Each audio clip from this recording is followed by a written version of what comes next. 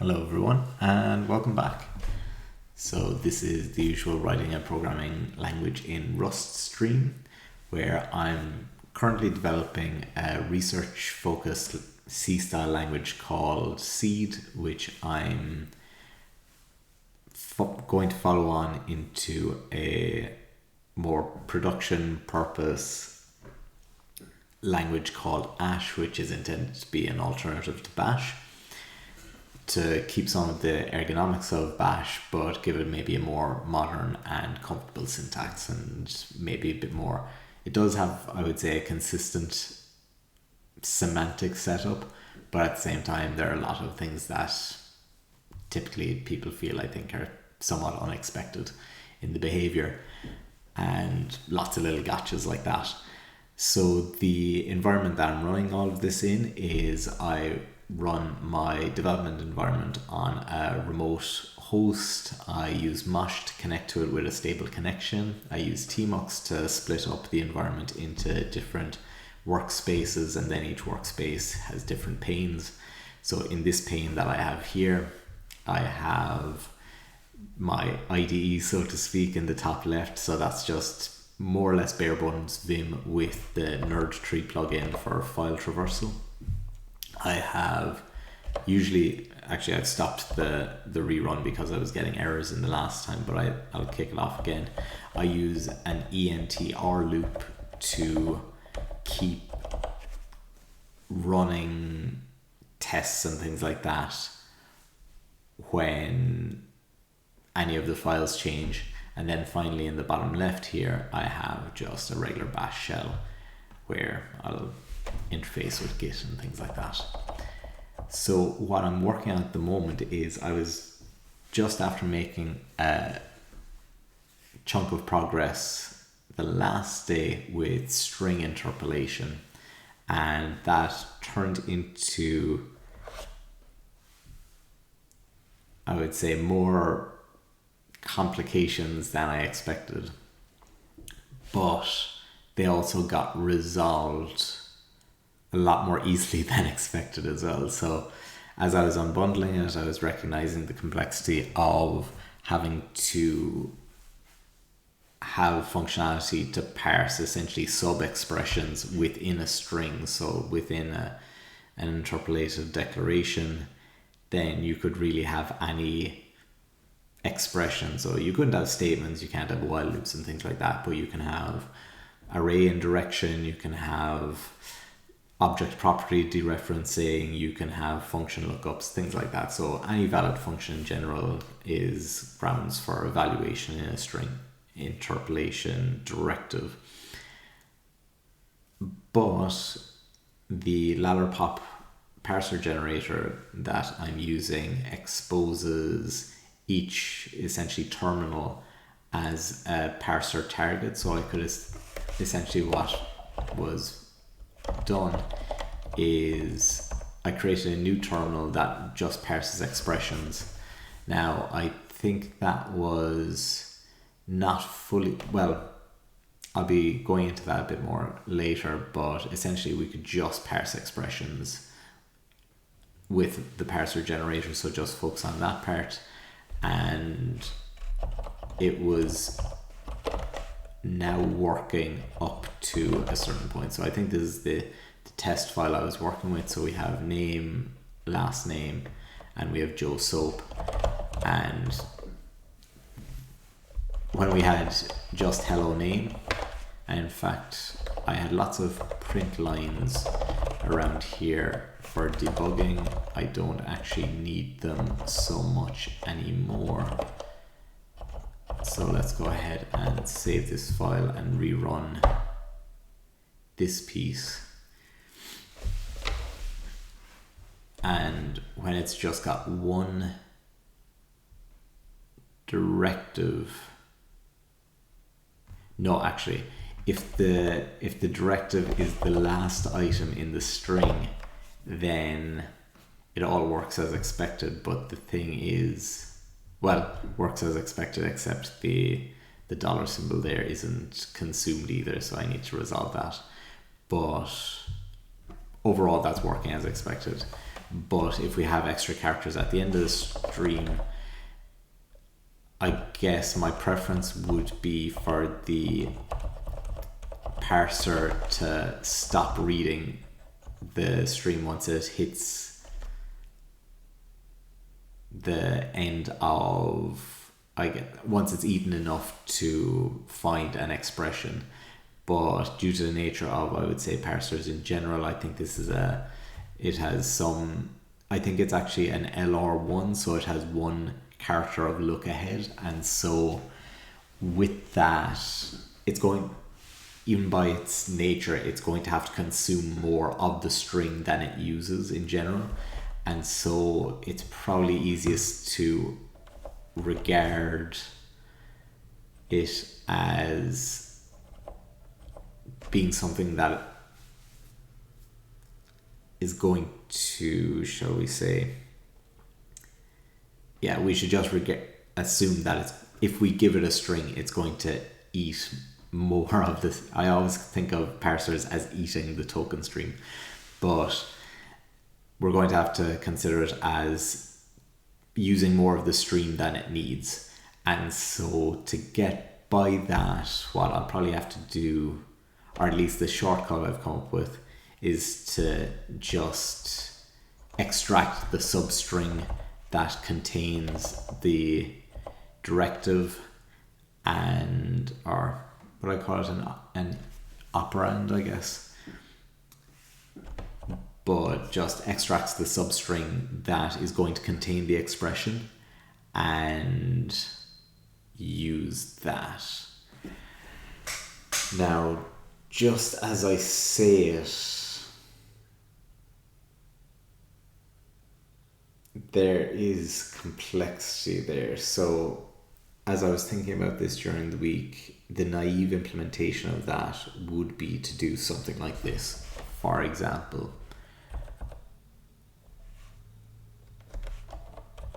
because this expression could contain, so yeah, maybe let's start off with some examples of this in practice. So I'll go,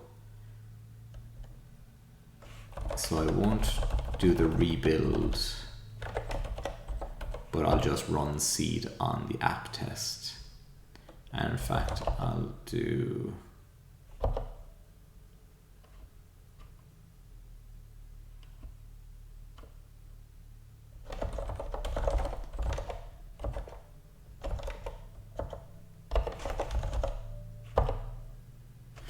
okay, so I have my little rerunner there. So for an example of things we can do with this, so I could create a new object in the interpolated section, and I could dereference name, and maybe I could get the substring from 1 to 3, and that should also be valid. Well, so if we said John, then we should get the output maybe unexpected name.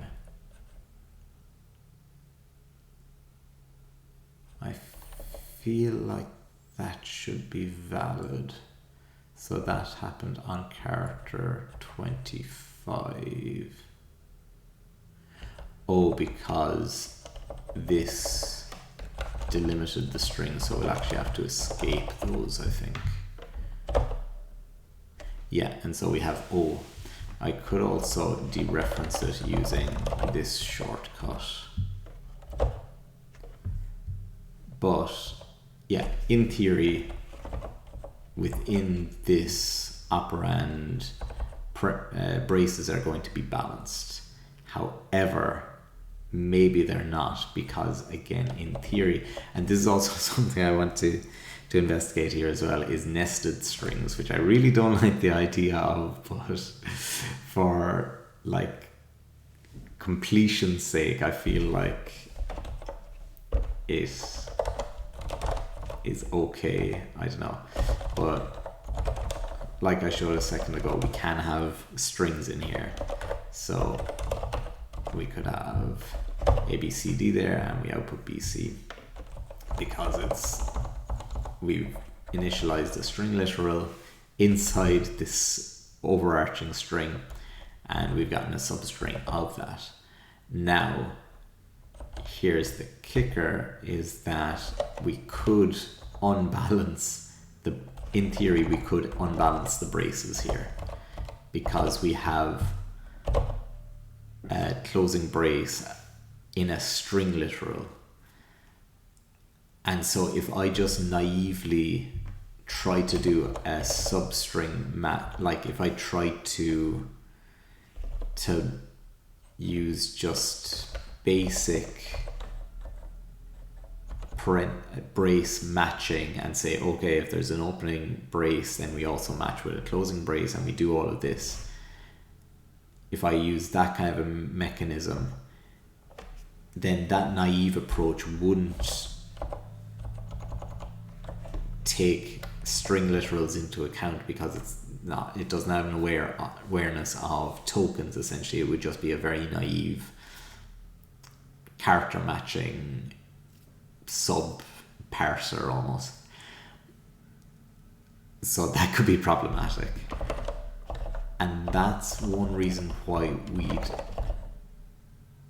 would be preferable to use the parser in that case and to be able to parse only up until the end of an expression.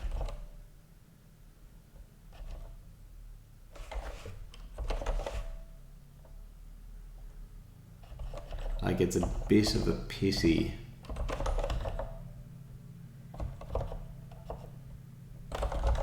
that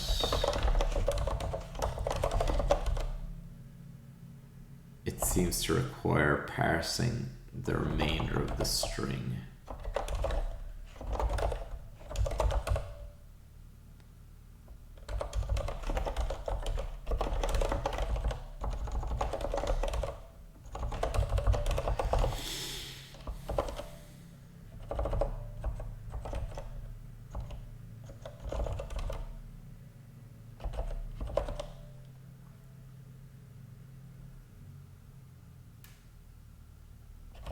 Like, I wonder if I update it, and again, I'm just playing around with different ideas. None of these are going to be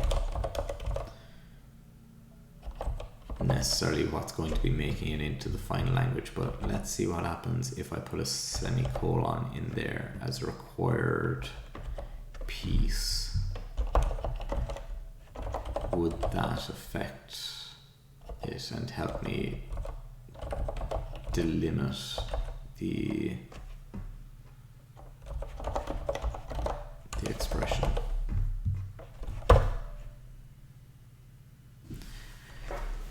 I don't think so, but it might be worth a shot.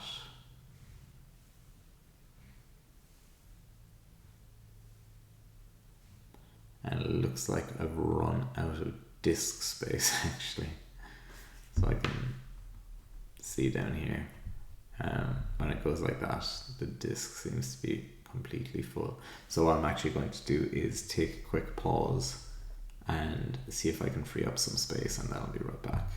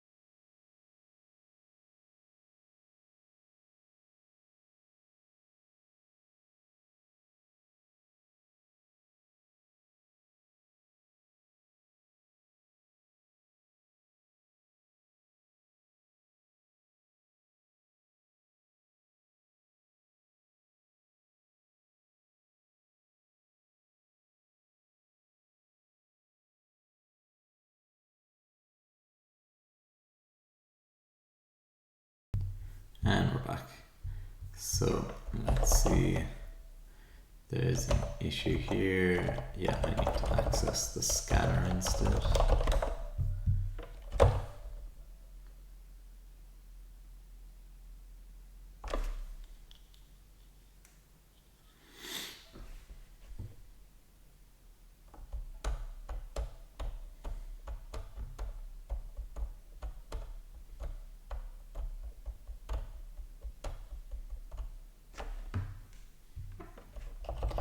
Yeah, so it kind of seems like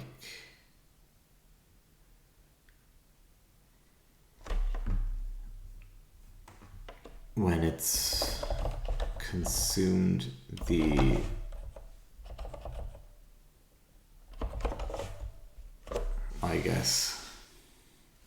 a full item, then maybe it's expecting an end of stream or end of file. Now, whether there's a good way of kind of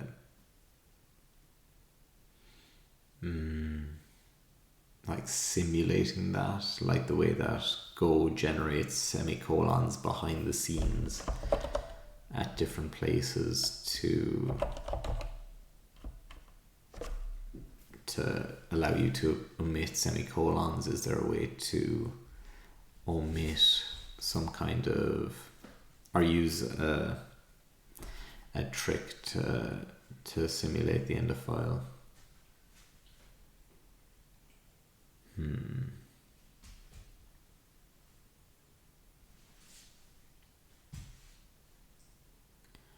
not really sure. The best mechanism I seem to have at the moment is still the kind of naive brace balancing approach.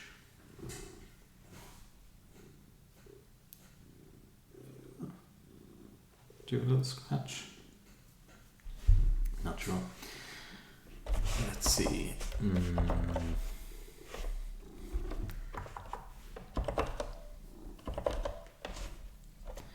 Yeah, I guess I'll just do it that way and highlight somewhere the fact that that's a limitation of the language at present.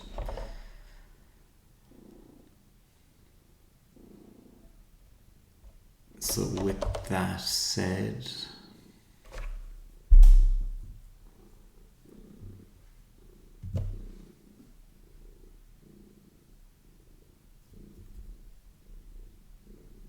what's my best approach here? I guess I'll just break the string into chunks.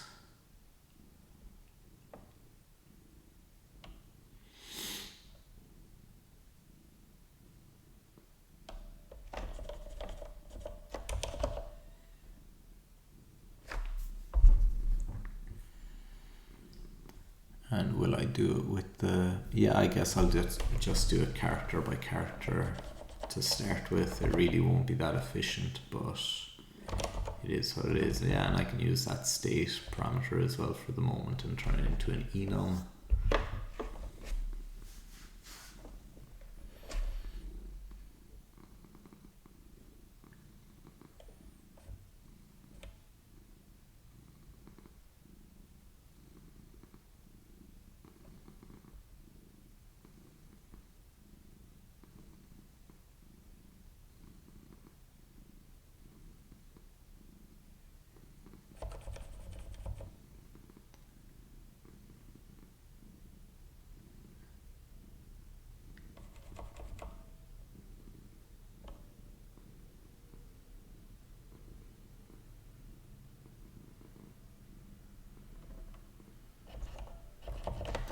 So I'm just thinking what needs to be done.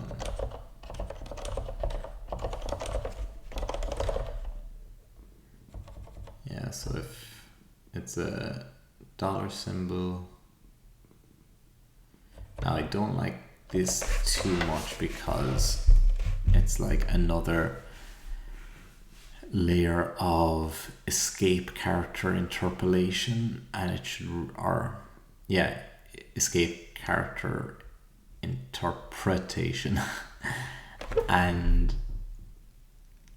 really handling those kind of things in 2 layers is a little messy.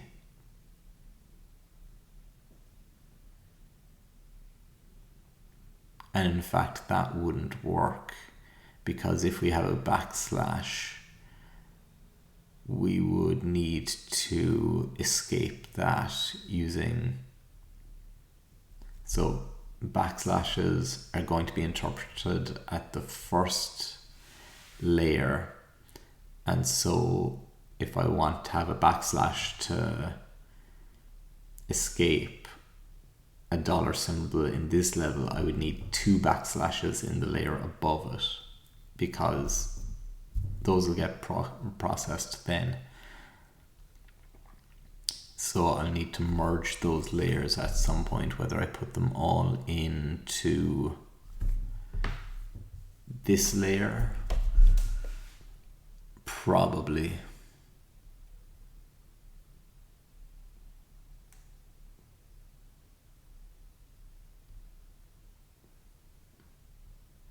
But then that's also a bit tricky, because we need those backslashes in the lexer to delimit the string in the first place. That's actually quite tricky.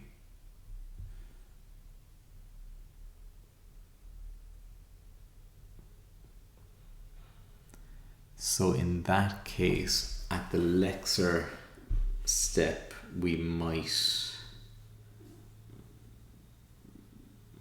add in the identification of the interpolated substrings.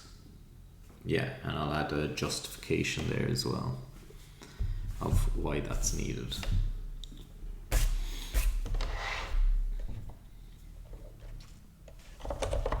That's kind of tricky actually, but at least there is a solution there in theory. So I'll go ahead and go back and kick off the event loop again, or the evaluation loop.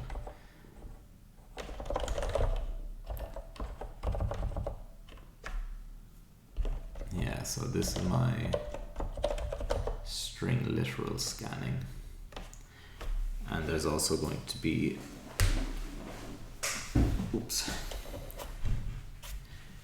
a new area to check for. So let's see if it's if the character is $, then we'll push a dollar symbol.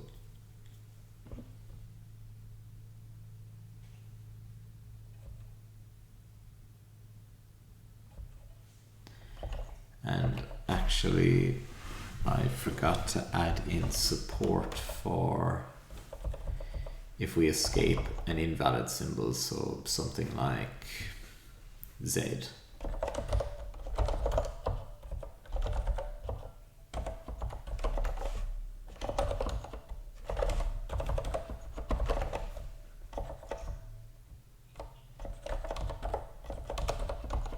Oh, did I put some lexing errors in the parse errors section?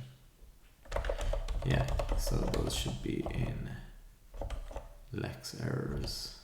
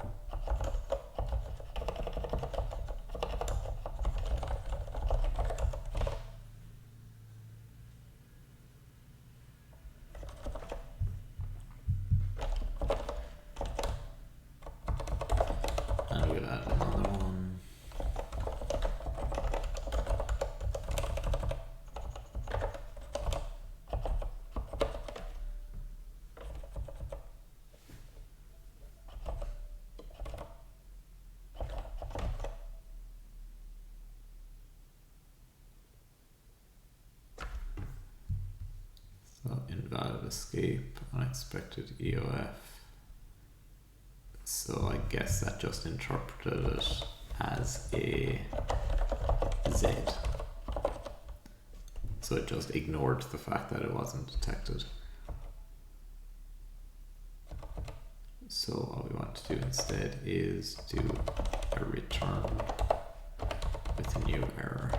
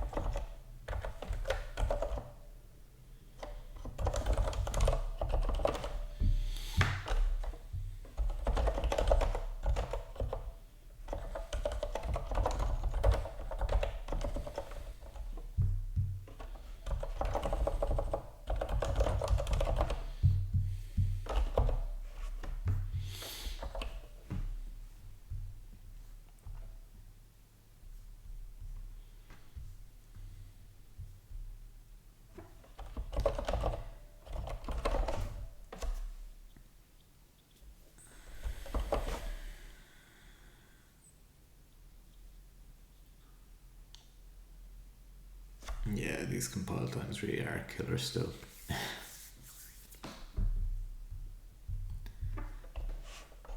And more spam, so I'll just clear that.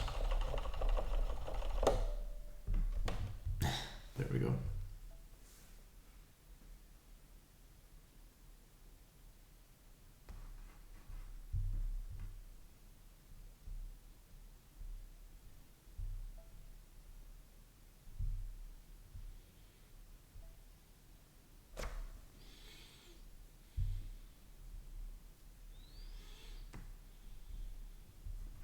Whoops. Don't know what that is. Okay, click to manage shield mode. Oh, I can just turn it off like that.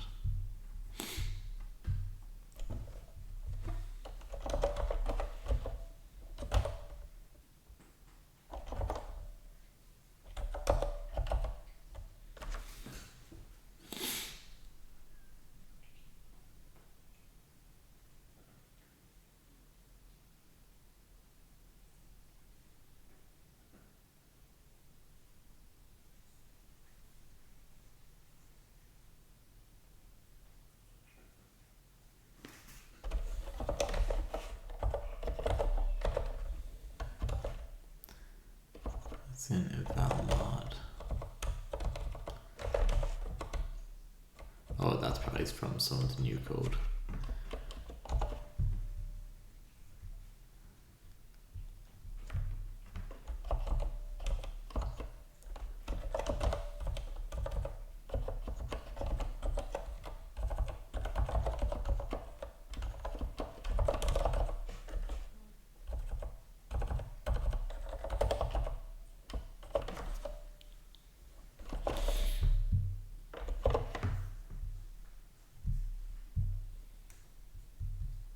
Still an error. Oh, because it's just a little race condition.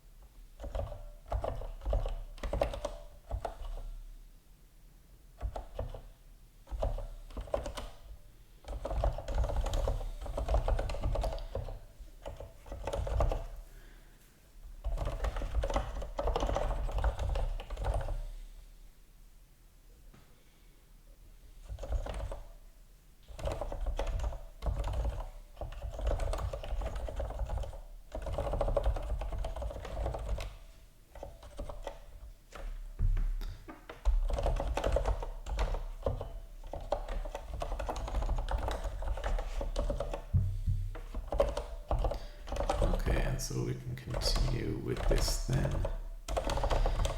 So we'll say if a dollar symbol is encountered, then and it's escaped, then we just keep going.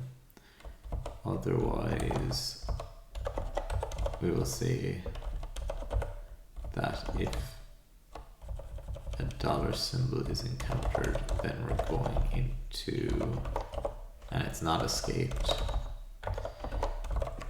then we're going into an interpolation parsing escape sequence, but we're going to make that conditional, so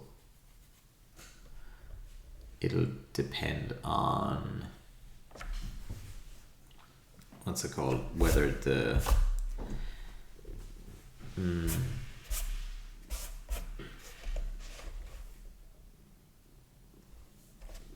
yeah, so if a string doesn't start with a dollar symbol, then interpolations aren't going to be considered, but will you still have to escape dollar symbols in non-interpolated strings?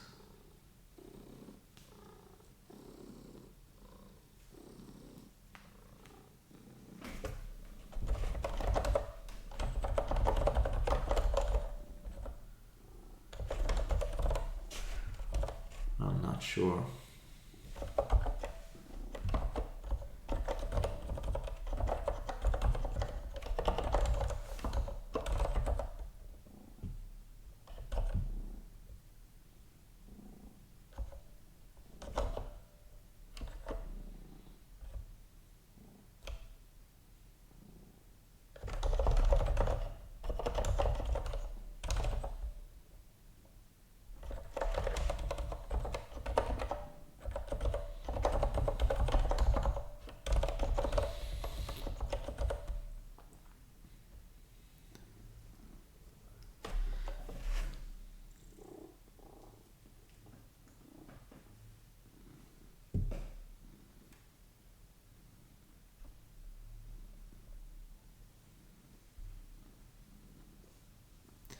Yeah, like it's one of those things that I feel like I probably go against the grain, but I would like the consistency, even though there isn't really a rational reason why, necessarily a rational reason why you would want extra effort to escape the dollar symbol in the string literal that doesn't require it. I always found subtle inconsistencies between things like that, like the fact that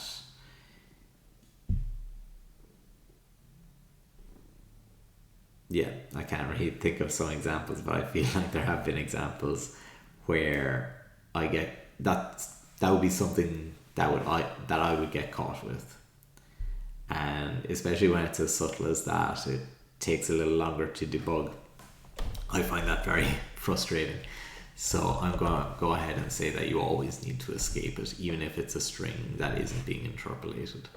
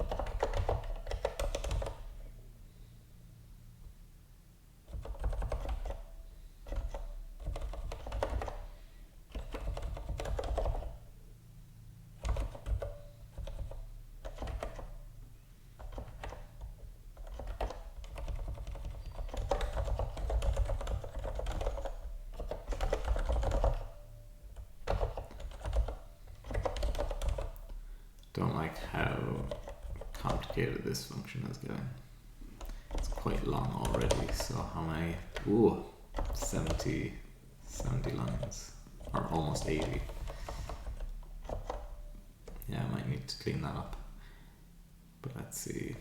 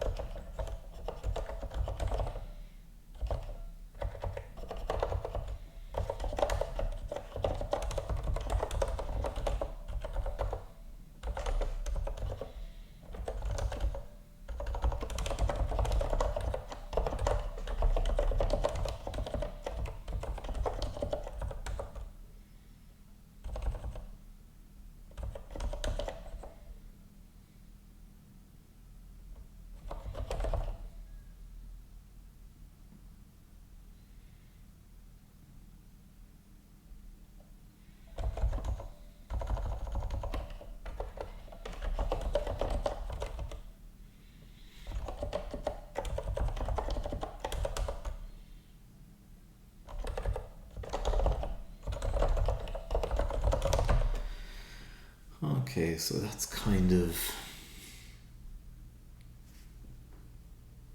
given a general outline of how this section is going to look.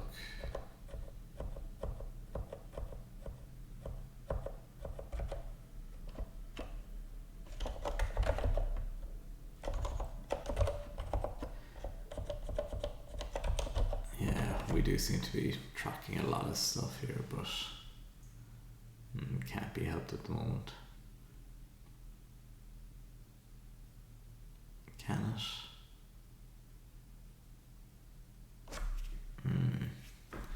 I'd nearly need to create another abstraction just for parsing strings, which might be necessary in time, but for the moment, this will just be a messy bit of the code.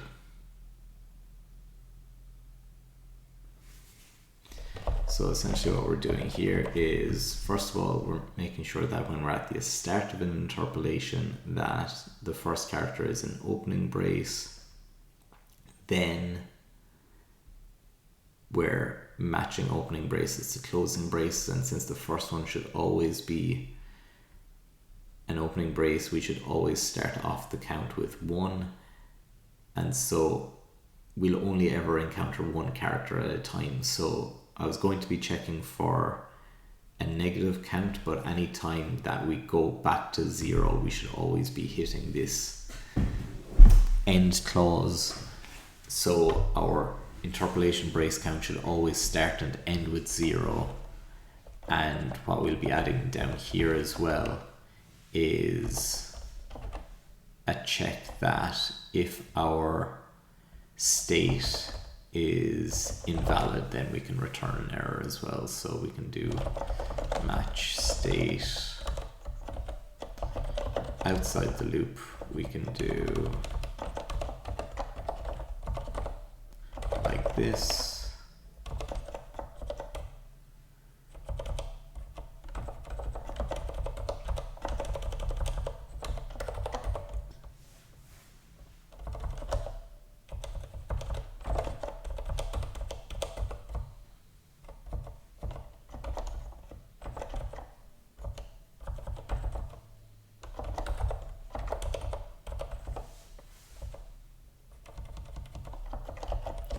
So if it's a non-state, then that's the only valid state.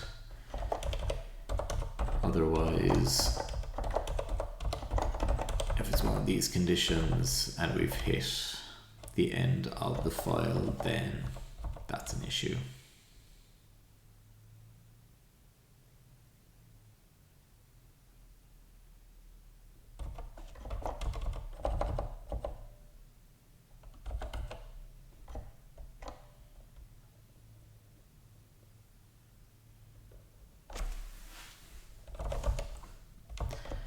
Yeah, I'll handle those later.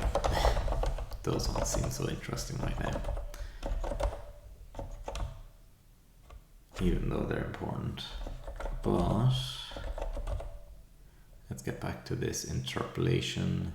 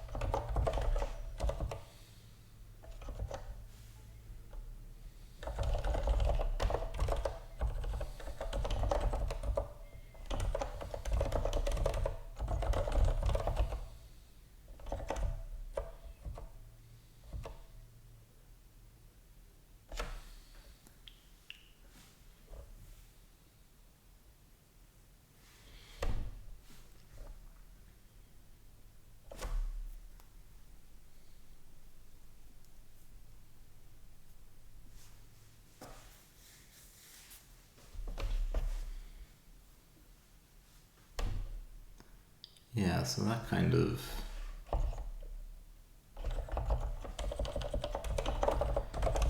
gets us what we want for the most part. We'll say that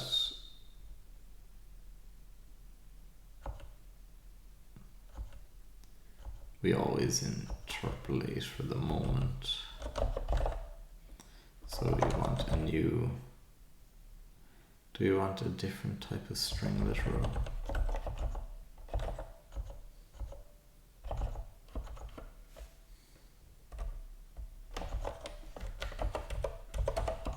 How do string literals get handled in the parser? They get turned into string expressions, and we'll have an interpreted or interpolated field.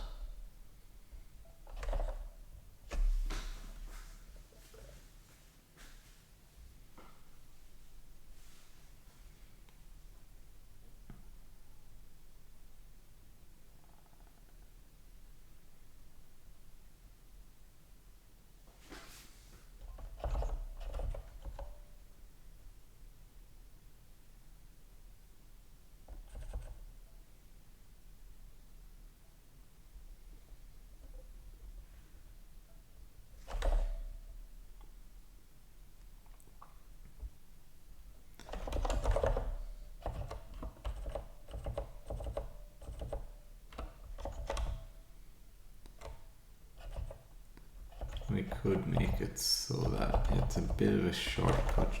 I kind of prefer to keep things distinct, but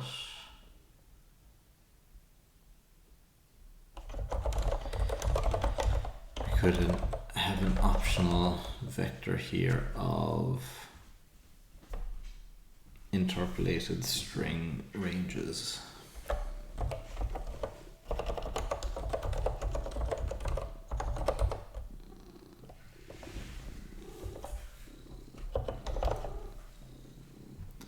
And the reason it's optional, that's going to be the distinguishing factor between whether this actually is an interpolated string or not.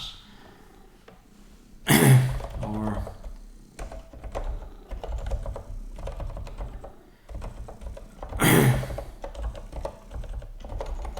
maybe that would be a bit cleaner.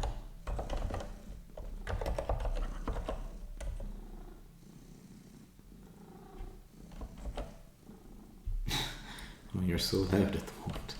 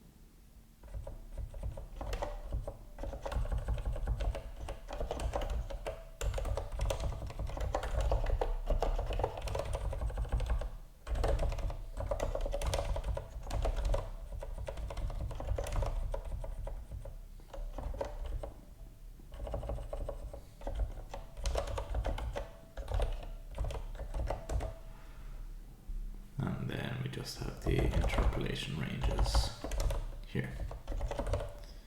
Okay.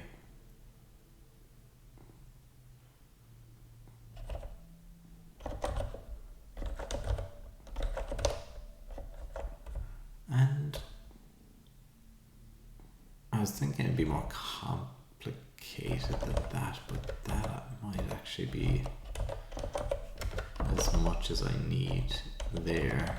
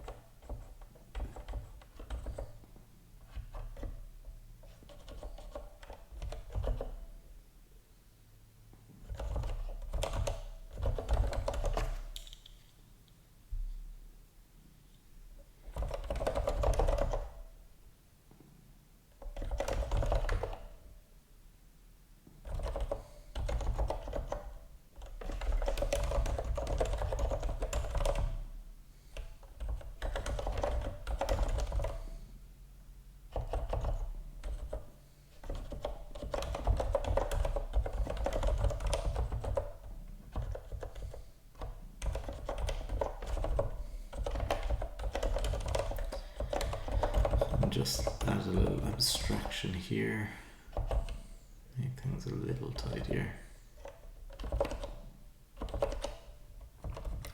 That's going to be compiling for a while is the issue as well, so I'm not really going to be able to see what issues I'm having.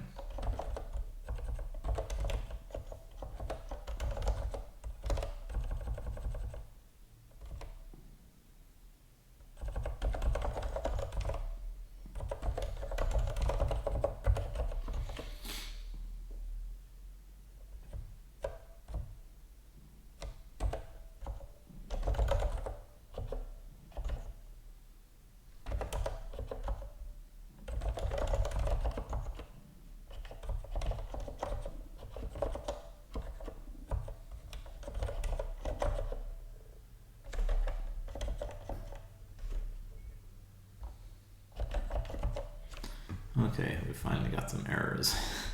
I mean, I'm not that pleased, but at least it's a result.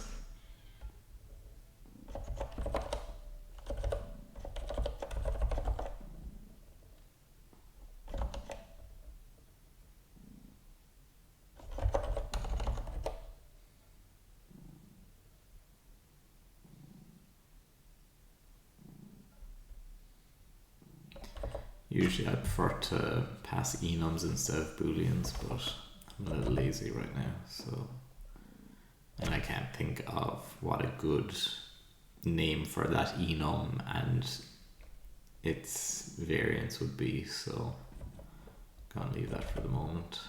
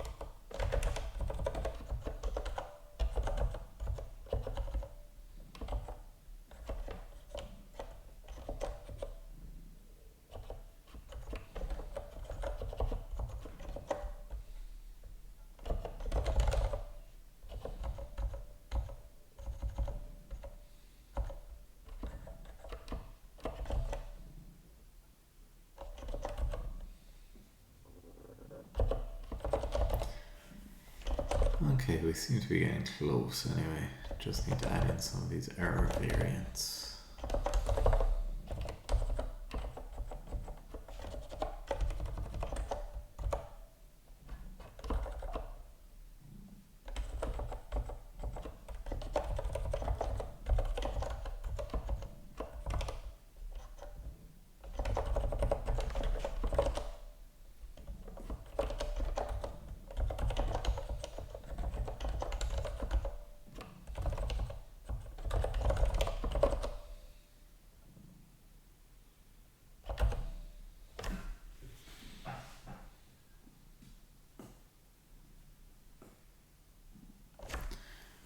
There seems to be something funny going on with the parser. It doesn't seem to have updated. I wonder if I can force it to rebuild by like changing a comment or something.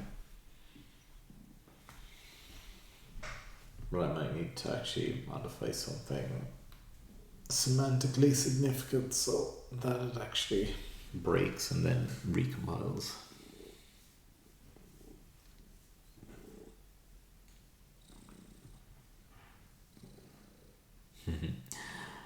I was saying today's stream so confident.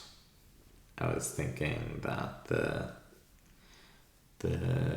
brace balancing would be very straightforward, and it is, but I always underestimate the amount of kind of heavy lifting in simple things even.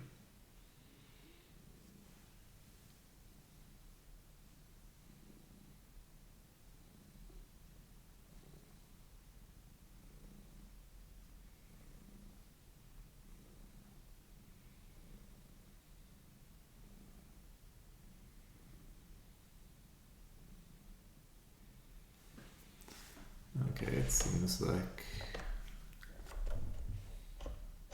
we have some progress.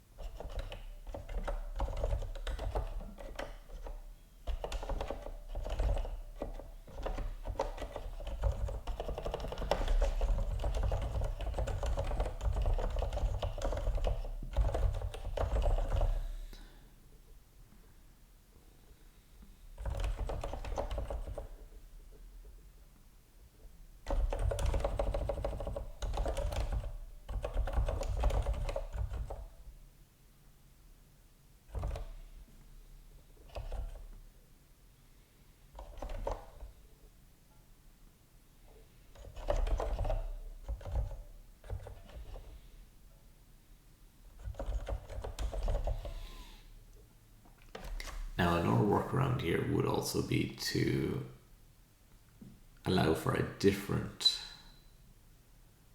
escape for dollar symbol, for example. So if we said we wanted to escape dollar symbols so that you don't interpolate them, then you could do maybe dollar dollar or something. But I think again the consistency here makes a bit more sense.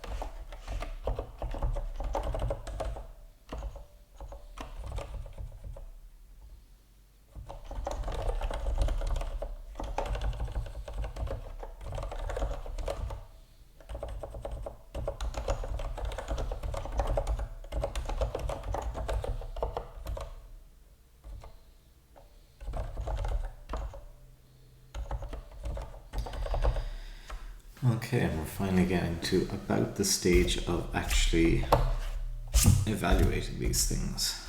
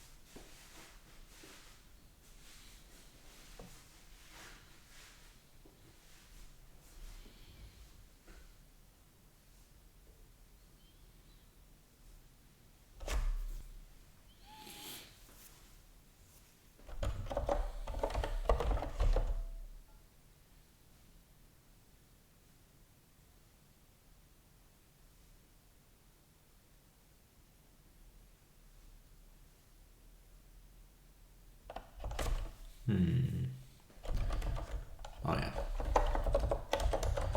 that should be an option.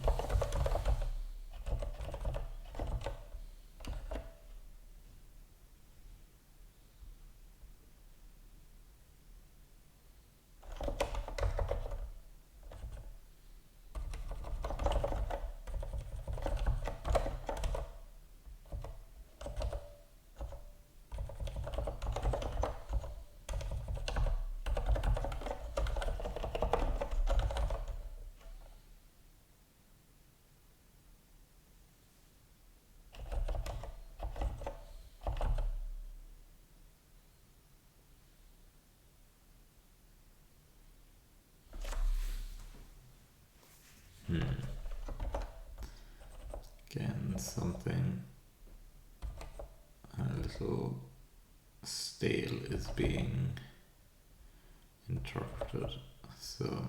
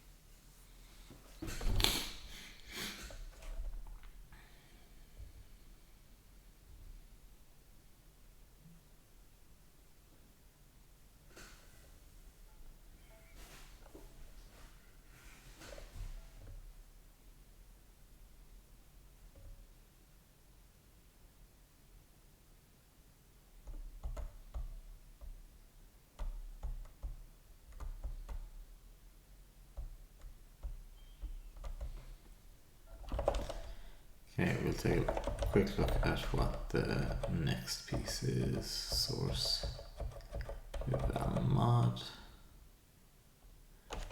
and it's around line that.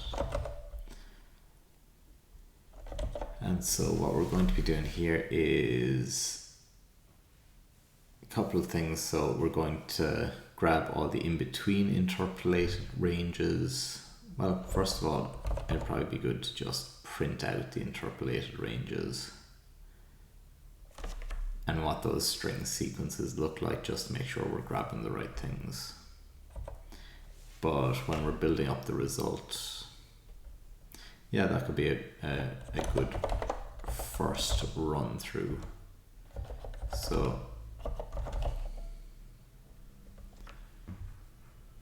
this interpolated range should also, well, it may not actually contain anything, so we have to consider the the empty edge case as well. So someone might have put $1 on the start of a string, but then not actually have any interpolated sections. So we need to consider that too. So let's see. So first of all,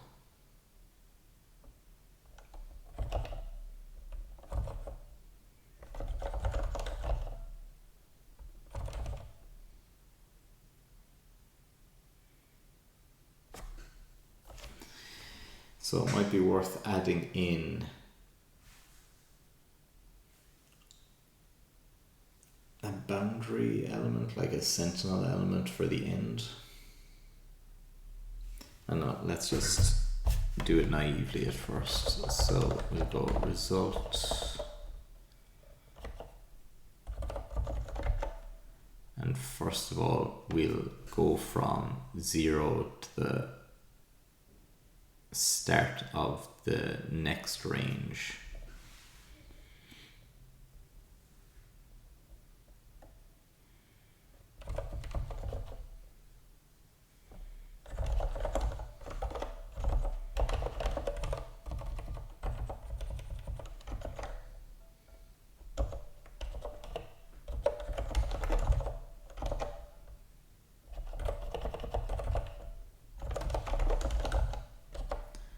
So that's what the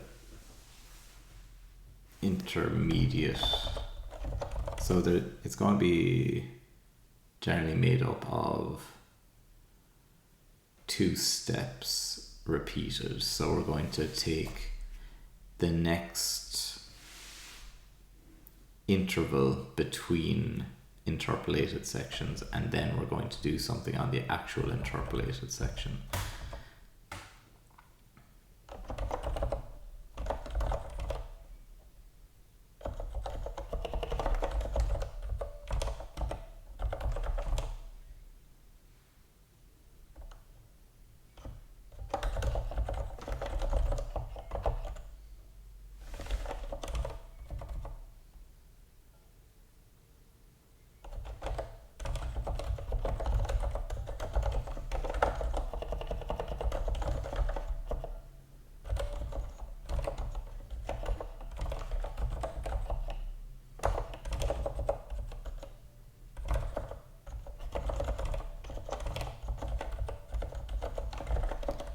Now if I do a Rust concat, is there a method for creating a new one, or do I need to use a clone?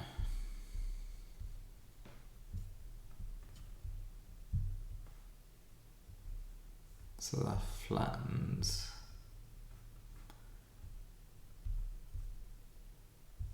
Whereas join again flattens.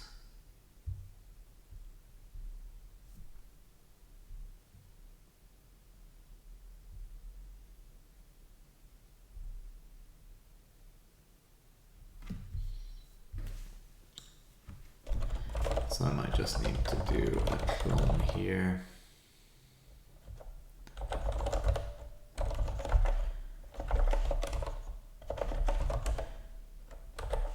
And 0 in this instance shouldn't be used. We should never be actually accessing it. But here we'll have s. We'll say s length -1. And so this will be kind of a boundary item, like a sentinel value that we'll be using to allow us to repeat the same functionality over and not worry about kind of handling the start and end especially. So with that in mind, we're going to have a for loop essentially, and we're going to go for each range item.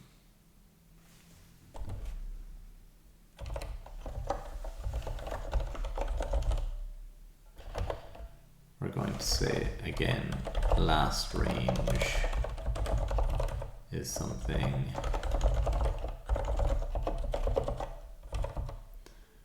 that we use just to keep bookkeeping essentially.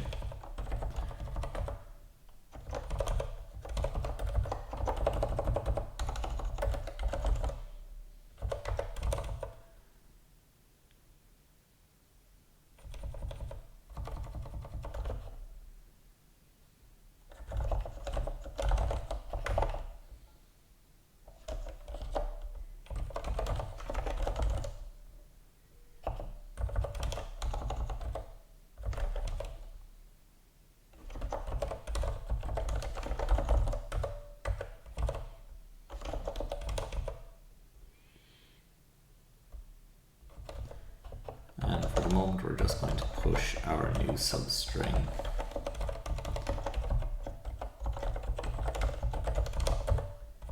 onto the result as well.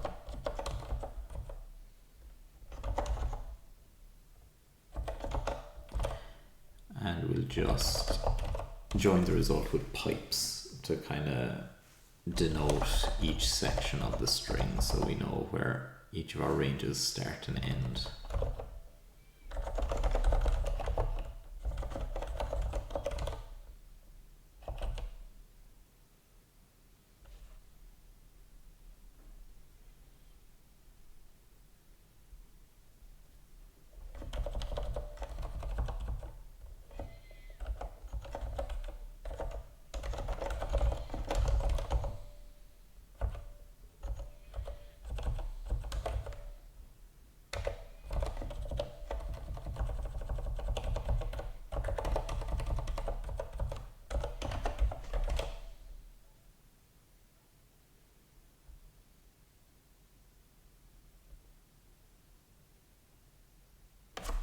Oh, now one issue here is that we'll be trying to grab our boundary item even though it shouldn't exist. So maybe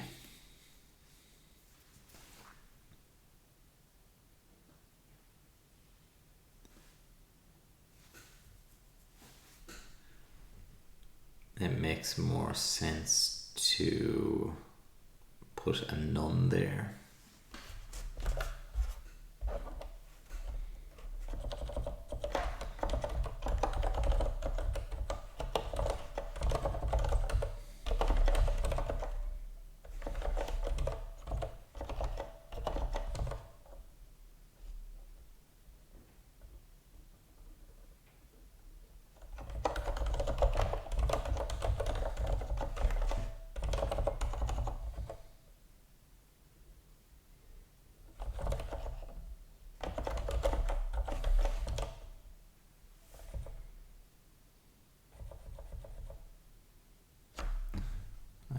Russ will give me or the linter will give me an optimization for that at the end as well.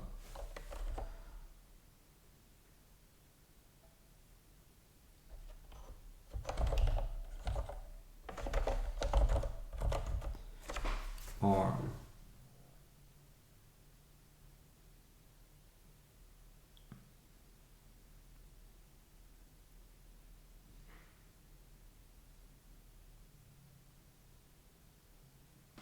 yeah, I could just add in some code down here and say, yeah, result push the last range end up until, can I do this to do the end of the string?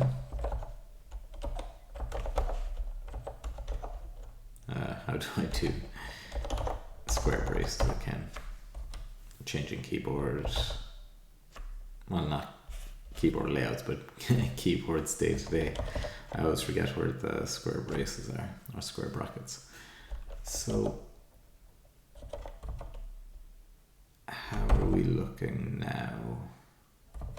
I don't actually need a lot of those in light of that.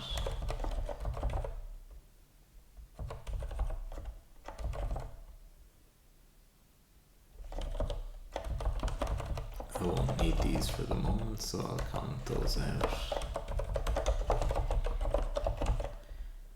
Yeah, let's see how we do with this slot. 1, 3, 4, 4. That's grand. Same with that.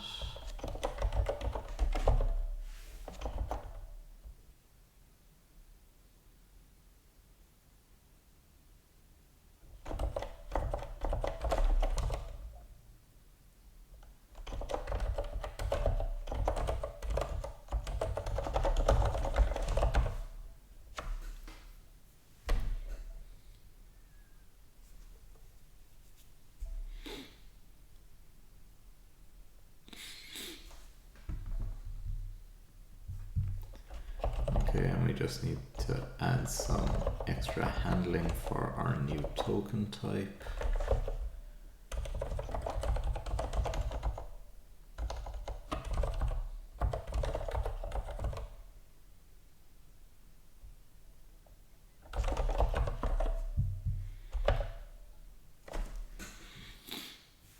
Oops.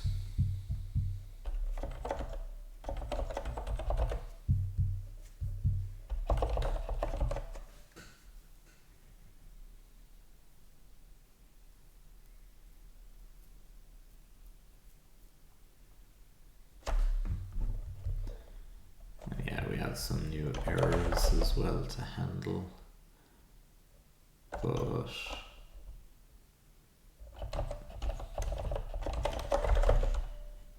I think I will just ignore them for the time being and hope that I remember to undo that.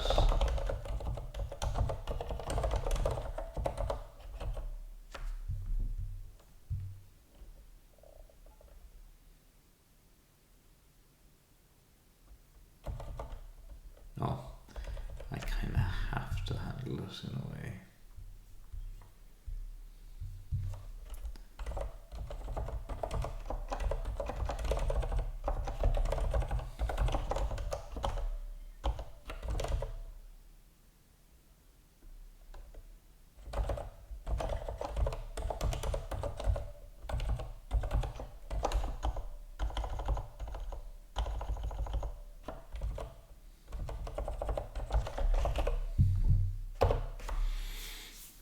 I just want to start seeing some results. It's always a little tedious when it takes so long to actually see some output.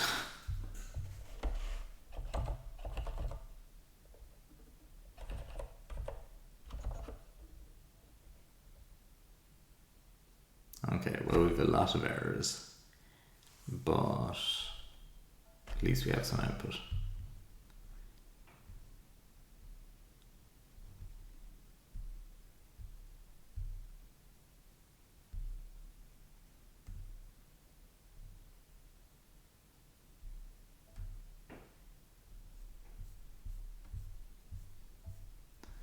Okay, well, we'll start with,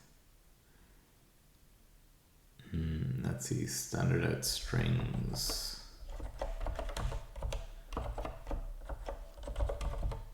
And interp 1. And that says, instead of hello Joe, that just says hello.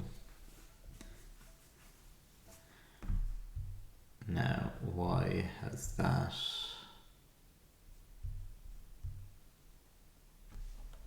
not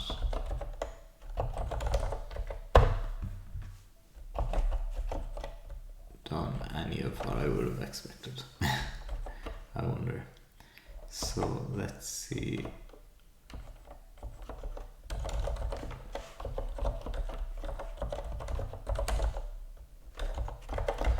Let's go ahead and just use a bog standard print line.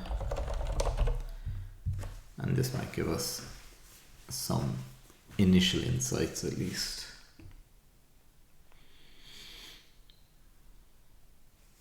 Okay, well, first of all, actually, I haven't given any instruction to the Lexer on how to generate an interpolated string. At the moment, we're only ever generating string literals. We're never generating interpolated. That's a mouthful. Interpolated string literals. So we need to actually add some handling for that. So if the character is a dollar symbol,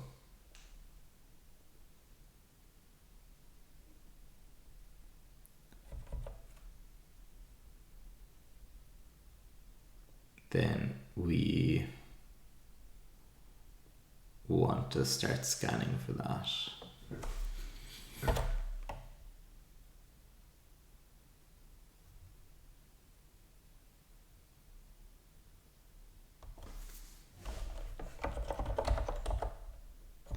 Or hang on, at the moment we're saying that all string literals are interpolated string literals. So never mind.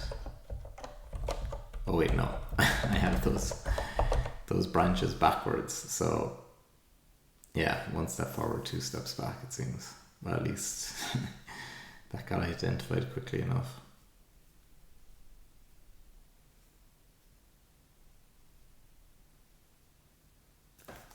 And okay, so it's only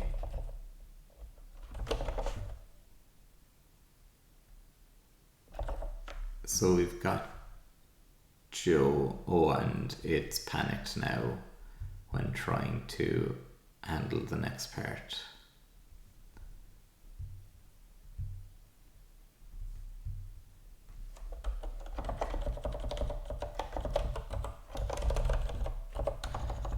So let's go ahead and see what S is. We expect S to contain the entire string here.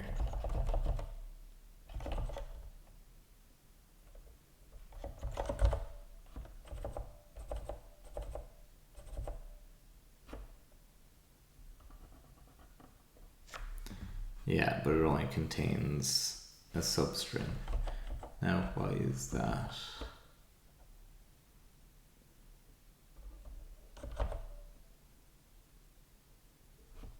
Did we break out of the scan early or something?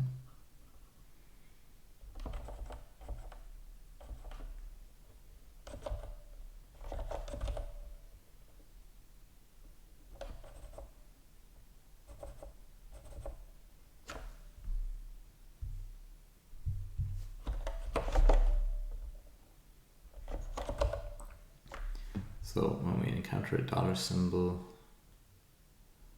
we're expecting to start the interpolation.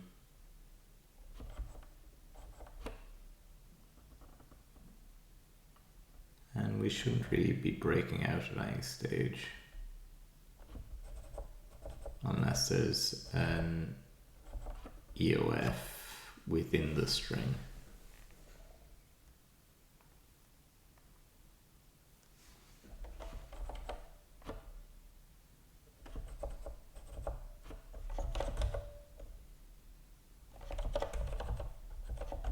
Oh, it's because I haven't been pushing the characters on at all.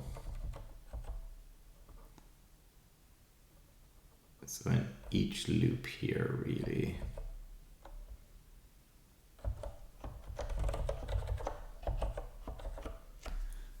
I should be adding a character.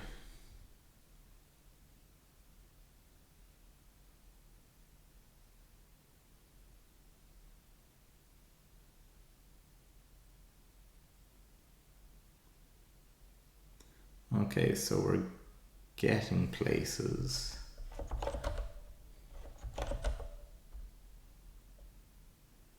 We're missing the dollar symbols from the interpolated sections. Now, whether we really need those, it could be handy just for consistency.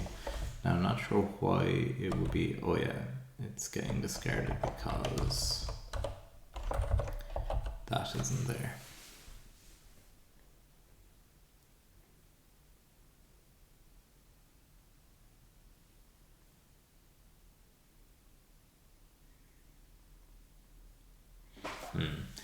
Getting kind of hungry now, but it's like getting to the last milestone here where it's like just about ready to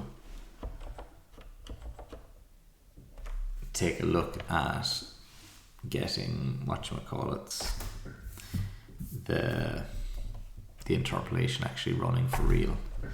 Well, first what I'll do is I'll add in some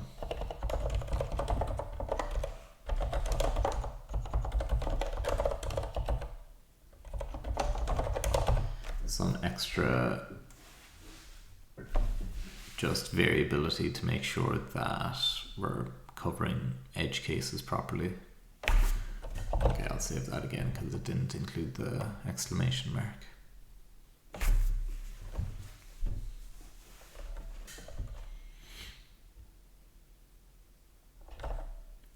Yeah, so there's kind of an off by one error here since we included the dollar symbol.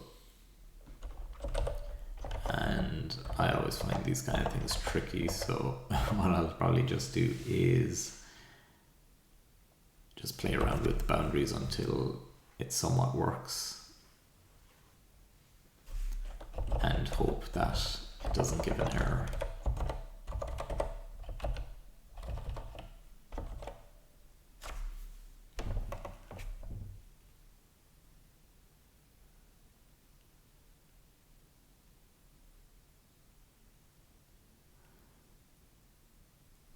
Yeah, and those boundaries seem to be identified well enough.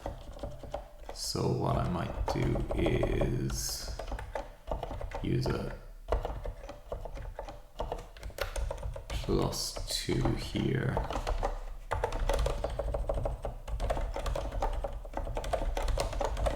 And a -1 here to account for the delimiters.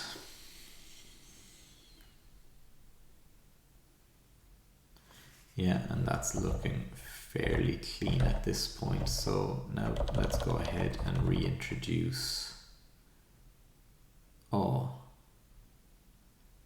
I deleted a bunch of code that would have been useful to keep around.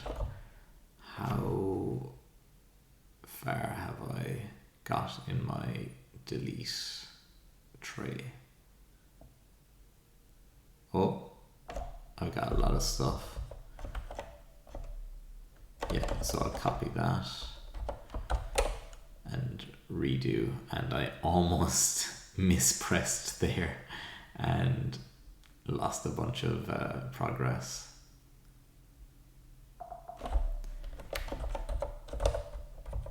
Okay, and we have the code for like parsing and evaluating the new values.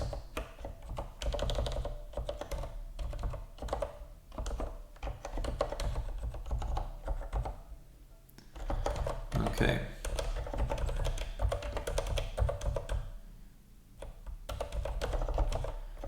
So let's try this.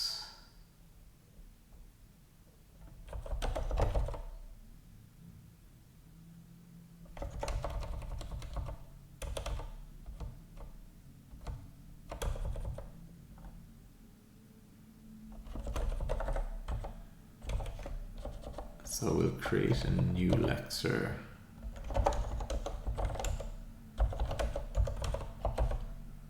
Basically every time.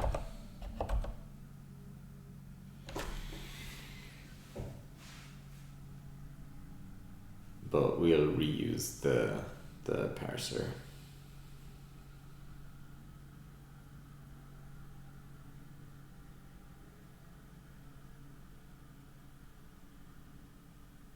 Okay, and because we have expression test parser instead of just expression parser,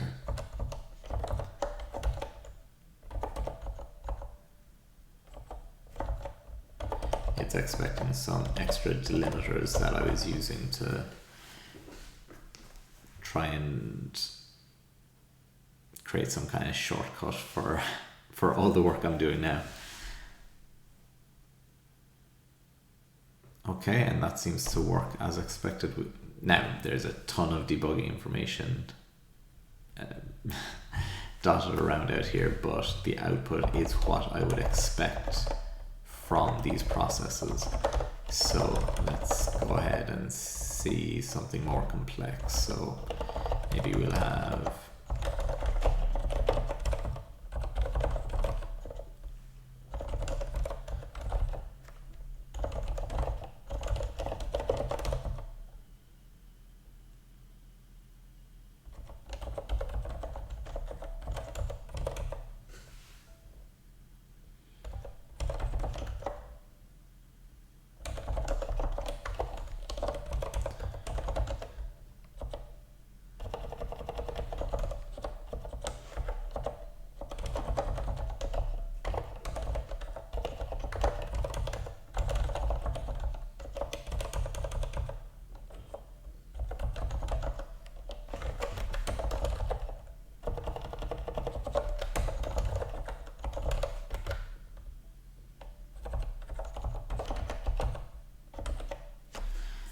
let's try that. So we're calling a function and passing in parameters as well in the operator, and that failed because init doesn't exist. So how about that?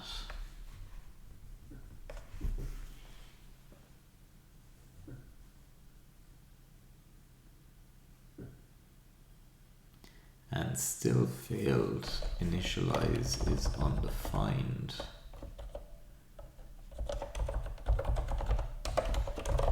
So yeah, that would probably help if I spelt things not necessarily correctly, but at least consistently.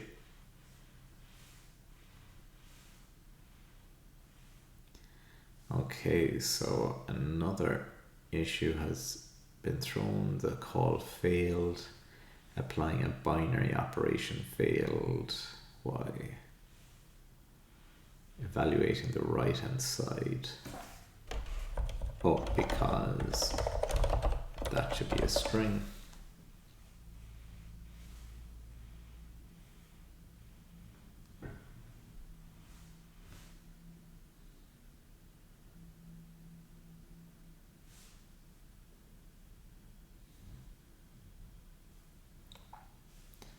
Okay, similar issue. So left hand side seems to be a string, but the right hand side is an integer. Okay, I'm gonna go ahead and see what happens when I just print initialize names, and that hopefully would give me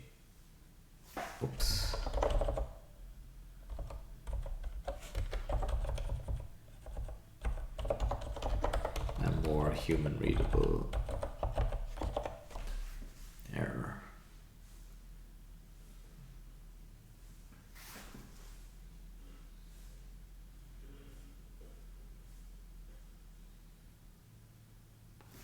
Can't apply plus to string and int.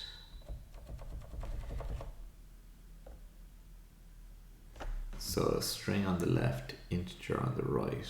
What is the integer?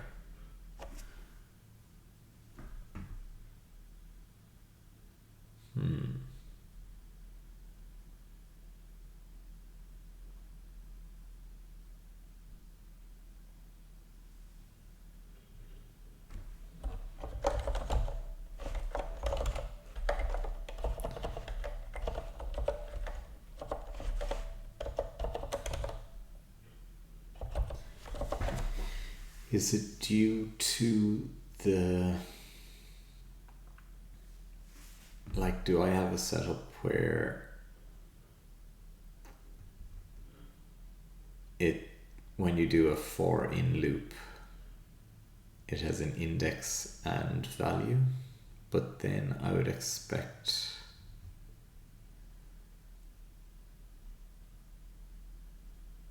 it to say can't apply addition to string and list.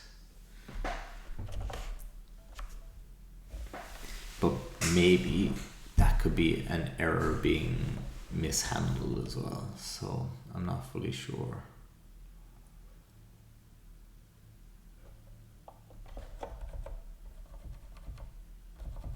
What I could do is just comment that out, all this stuff out for the time being, and just seeing what the output is when I print name 0.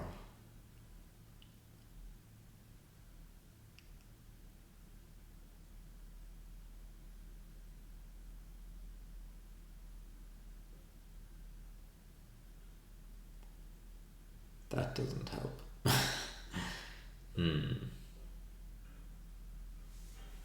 Anyway, maybe I'll create a different test because I'm getting hung up on the details here, but I'm not really wanting to fix this issue with this function. Rather, I just want to demonstrate the functionality of this.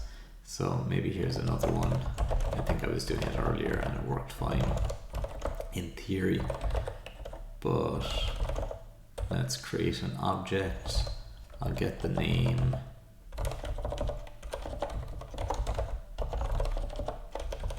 And I'll get a substring of that.